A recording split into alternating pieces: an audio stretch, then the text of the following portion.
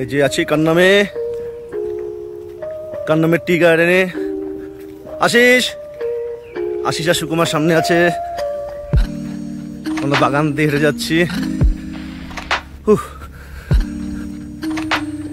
একটু আগে এই জায়গাটা কুয়াশায় ঢাকা ছিল একদম, এখন এবার পরিষ্কার হয়ে গেল।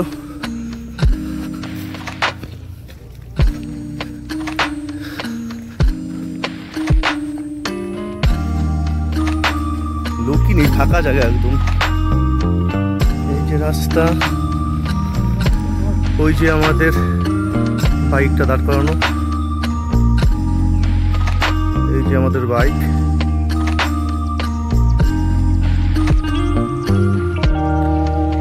আমরা কন্নমের একটা ভিউ পয়েন্ট আছে, ওটা দেখে এই রোড দিয়ে চলে বেরিয়ে যাবো। এটা হলো ফিক্কেলের রোড, ফিক্কেল হয়ে পুষ্পতি হয়ে মিরিক হয়ে বাড়ি।